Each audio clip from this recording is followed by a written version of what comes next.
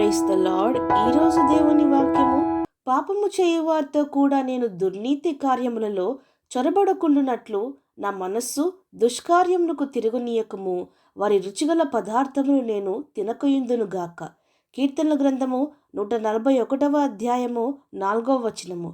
ప్రజలారా, భక్తుడైన దావీదు విధంగా అంటున్నాడు, దేవా, పాపము చేయువారితో కూడా నేను ఏకీభవించుకుంటున్నట్లు వారి తట్టు నన్ను తిరగనీయకము, నా మనస్సును తిరగనీయకము అని.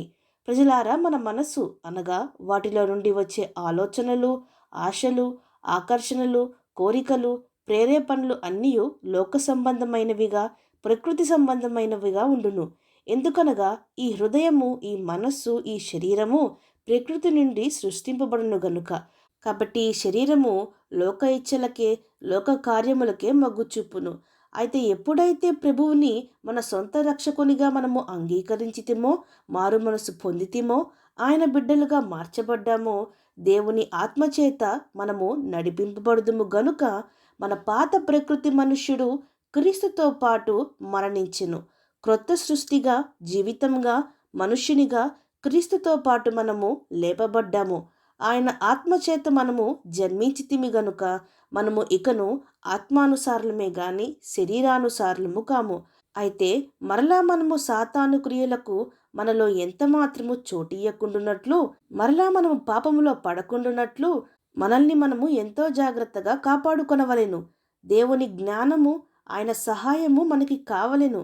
కాబట్టి భక్తుడు అంటున్నాడు, దేవా, పాపులను చూచి నా హృదయము మత్సరపడి నేను కూడా వారి దుర్నీతి క్రియలలో పాలు పొందకుండునట్లు నా మనస్సు అట్టి చెడు కార్యములలో చొరబడనీయకుము అని.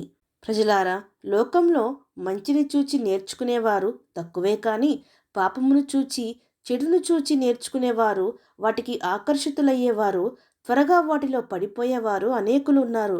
మనము కూడా మన హృదయాలను, మనస్సులను జాగ్రత్తగా భద్రపరచుకొనవలెను. హృదయము అన్నిటికంటే మోసమైనది గనుక అన్నిటికంటే ముఖ్యంగా మన హృదయమును భద్రంగా మనము కాపాడుకొనవలెను. అవును, మన ఆలోచనలు, మన ఆశలు, మన తలంపులు మన ఆధీనంలో ఉండవు.